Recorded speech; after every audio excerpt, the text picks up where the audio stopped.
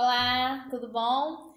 Galera, olha só, galera do sétimo ano, nós tivemos um encontro hoje no Zoom, né? Nossa aula hoje foi pelo Zoom e foi muito legal, foi muito bom. A gente pôde falar sobre a Caatinga, né? O domínio morfoclimático da Caatinga, tá? A gente tá lá no livro de vocês, tá bom? A gente tá lá no grupo 2, capítulo 3. Tá? A gente falou hoje sobre as páginas 223 e 224, tá bom? 223 e 224 foram as duas páginas que a gente falou. Eu tô gravando esse vídeo aqui pra galera que por acaso não conseguiu entrar, né? Não conseguiu pegar. Eu tô fazendo as aulas no Zoom pelo celular, então eu não consigo deixar gravado, tá? Então, galera, eu queria pedir para vocês que a partir de semana que vem a gente vai sempre... Eu avisei, né, que teria aula pelo Zoom, avisei com antecedência de 24 horas. E aí, eu estou avisando já desde agora, porque esse vídeo eu estou gravando para quem, por acaso, não conseguiu ter acesso, para não ficar sem o conteúdo de hoje. Mas, a partir da semana que vem, eu vou pedir que vocês se organizem, tá? Eu vou disponibilizar o link da reunião sempre com 24 horas, né, de antecedência, ou seja, né, nossa aula é na terça, então na segunda eu já coloco o link como eu coloquei. Mas como foi a primeira vez, né, ainda muita gente ficou um pouco confuso, né? Então, para não ter esse problema, para não ter essa questão de novo, eu peço que vocês se organizem para a semana que vem, tá? A aula ao vivo, a aula no Zoom é muito legal. Por quê? A aula online, né, é muito legal porque a gente vai interagindo. Hoje a gente falou da caatinga, aí cada um mostrou os cactos que tem em casa, que a gente falou de vegetação cactácea. Então foi muito legal, tá bom? Então essa aula é para quem não assistiu a aula do Zoom, tá bom? A gente falou do domínio morfoclimático da Caatinga, né, que tem um desenho que um aluno meu fez alguns anos atrás. E aí, ó, a Caatinga, ela vai ter essa vegetação aqui cactácea, que a gente falou hoje, né, formada de cactos. E essa vegetação aqui, ó, que parece seca, mas aí a gente vai dizer por quê, né, vai entender o porquê dessa vegetação ter esse formato assim de troncos e galhos secos, tá? Então, pra gente começar, capítulo 3, tá? Grupo 2, capítulo 3, página 223, tudo bem? Então, primeiro, Caatinga, né? Caatinga, a palavra Caatinga vem do tupi, tá? Que significa mata branca, né? Então, os nativos, né, os povos originários, chamavam a Caatinga de mata branca, porque eles observavam que em determinado período do ano, a vegetação ela não ficava verde, mas ficava branca, né? Essa branca, essa cor esbranquiçada, está associada aos processos de adaptação, né, da vegetação do domínio morfoclimático da Caatinga, da adaptação das plantas, né, da fauna ao clima, tá, predominante, que é o clima tropical semiárido. Aí a gente falou aqui, ó, clima tropical semiárido. Semi é quase, árido é seco. Então, clima tropical semiárido, quase seco, né? Por que quase seco? Porque a gente estudou que não vai ter regularidade de chuvas, ou seja, não acontecerá chuvas com regularidades. Então, o que acontece? Há uma adaptação das espécies animais e vegetais a pouca quantidade de chuva. Como a gente estudou o domínio da Amazônia, de árvores de grande porte, aquelas árvores gigantescas, que mostram pra gente que tem abundância de água, chuvas regulares, no domínio da Caatinga a gente vai ver que as formações, né, vegetais, as formas, né, das plantas, elas mostram pra gente a pouca quantidade de água e como que elas se adaptaram a isso, tudo bem? Topografia rebaixada. Topografia, toda vez que vocês virem essa palavra topografia, tá? Topografia está relacionada às formas do relevo. Então, quer dizer o quê? Topografia rebaixada. Não haverá grandes altitudes, tá? O domínio morfoclimático da Caatinga, que está presente, tá? Nos 8 estados, dentre 9. A região Nordeste é formada por 9 estados. 8 deles têm a presença do domínio morfoclimático da Caatinga e também o norte de Minas Gerais. Então, onde a gente vai encontrar o domínio morfoclimático da Caatinga? Nordeste, em 8 estados do Nordeste, em quase o Nordeste inteiro, né? E no norte de Minas Gerais, tá? Norte de Minas Gerais, por isso que o Pedro Pinchas, lembra que a gente estudou a divisão regionalização das regiões geoeconômicas?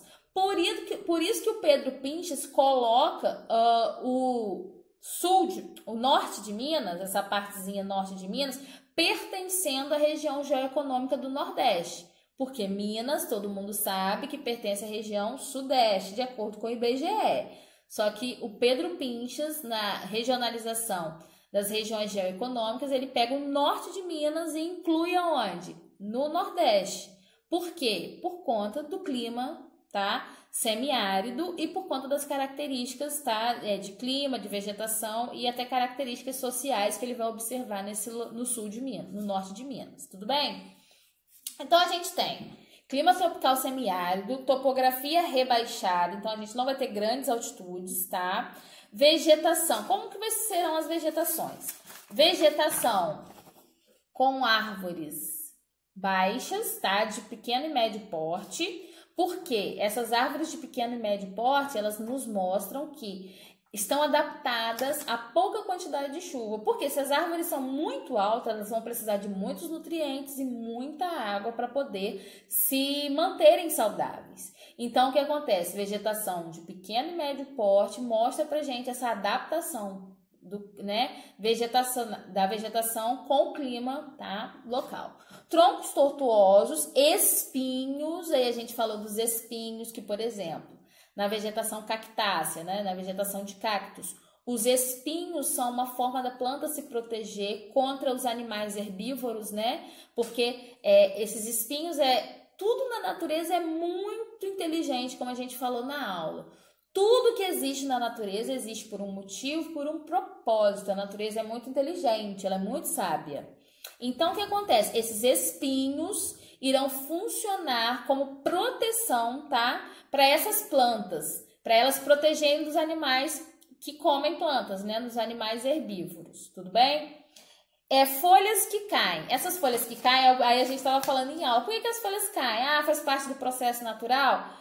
Essas folhas caem propositalmente, por quê? Em determinada época do ano, essas espécies adaptadas ao clima tropical semiárido, no ambiente ali do domínio da caatinga, o que ela vai fazer? Propositalmente, ela vai perder as folhas e vai ficar com galhos secos que a gente vai olhar e vai pensar até que aquela árvore tá morta, né? Tipo, isso aqui mais ou menos, tá? Isso é uma característica relacionada ao domínio morfoclimático da caatinga, porque essas árvores, elas irão propositalmente perder suas folhas, abrir mão das suas folhas, para quê? Para elas poderem sobreviver ao período, tá? A um longo período sem água. Por quê? As folhas, né, a presença das folhas nas árvores, elas fazem um processo que a gente chama de evapotranspiração. Tá? Então, se as folhas se mantiverem, essa árvore ela vai perder água, né? Ela vai transpirar, ela vai evaporar. E aí o que acontece? Se ela perde água e se há uma demora, ou seja, essa água não vem com regularidade, essa árvore ela vai perder a água que sustentaria ela por alguns meses. Então, o que acontece? Propositalmente ela perde suas folhas, né? Para o quê? Poder armazenar água, né? O máximo de água que ela puder para ficar mais tempo, né? E sobreviver às características ali do local. Tudo bem? Aí a gente falou também sobre espécies endêmicas. Endo vem de dentro, ou seja, espécies que só existem naquele domínio, ou seja, que só sobrevivem, que se adaptaram, que se constituíram a partir daquele lugar. Por exemplo, a gente usou o exemplo hoje do coronavírus, né? O coronavírus é uma pandemia, né? Então, pan significa pandemia, significa que ela está no mundo inteiro. Pan significa todo, mundo, né? Então, pandemia está no mundo inteiro. Se fosse uma endemia, endo, de dentro, estaria apenas em um local. Então, falando aqui sobre as espécies endêmicas são o quê? Espécies que que podem ser encontradas e que estão adaptadas a um determinado local. Tudo bem? Fauna apresenta mecanismos de proteção, né? Como eu falei. Tanto as plantas como os animais apresentam mecanismos de proteção. A gente falou da flora, né? A fauna, por exemplo. Existe uma ave, né? A águia branca, né? Asa branca, na verdade. Que ela se adapta, ela está adaptada ao clima o clima tropical semiárido. Por quê? É uma ave migratória. Isso daí, gente, vocês vão encontrar lá na página 224. Tudo bem? Tá? Aqui tá falando um pouco sobre isso, sobre o mandacaru, né?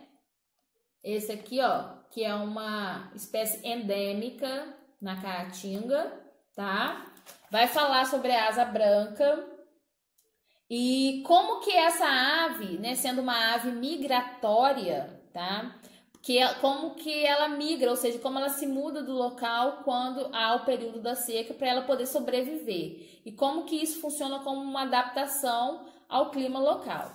A gente falou também sobre as dificuldades, né, que se encontra, que a seca, né, a seca nordestina é uma questão climática natural, né, mas que há soluções para a seca, sim, né, há projetos que podem melhorar ou transformar a condição do semiárido, sim. Só que, infelizmente, esses projetos eles acabam sendo limitados aos grandes proprietários de terra, tá? Que há uma divisão muito desigual das terras lá no Nordeste brasileiro, no Brasil como um todo, mas no Nordeste isso é muito evidente. Então, o que acontece? A gente falou de um dos projetos, tá? A SUDENE, ó. Aí a gente falou sobre o significado, ó. SU, de Superintendência, de Desenvolvimento, NE, Nordeste. Então, o que seria SUDENE? Superintendência de Desenvolvimento para o Nordeste, né? Que foi criado em 1959. Esse projeto SUDENE foi criado para desenvolver, tá, a região Nordeste, já que a gente estava num período aí de industrialização, né, num período de urbanização, concentrado nas regiões Sudeste e Sul. Então, houve esse projeto para desenvolvimento SUDENE para a Amazônia, para o Nordeste, e SUDAM para a Amazônia, né? SUDENE para desenvolvimento do Nordeste, Superintendência para desenvolvimento do Nordeste. Só que no fim das contas, infelizmente, né, esse projeto acabou alcançando os grandes proprietários de terra, tá? E não alcançou a população mais pobre, e isso gerou outros problemas de aprofundamento da desigualdade social entre as pessoas, tá? Porque a gente falou, a gente estava, né, durante a aula, a gente comentou sobre isso.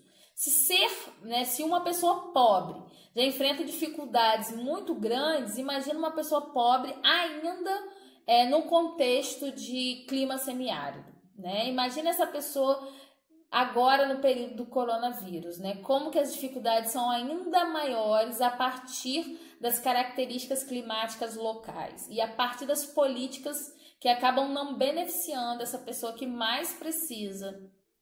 Então isso é muito sério, isso é triste, mas infelizmente faz parte, né, dessa política que a gente vê sendo construída há alguns anos no nosso país.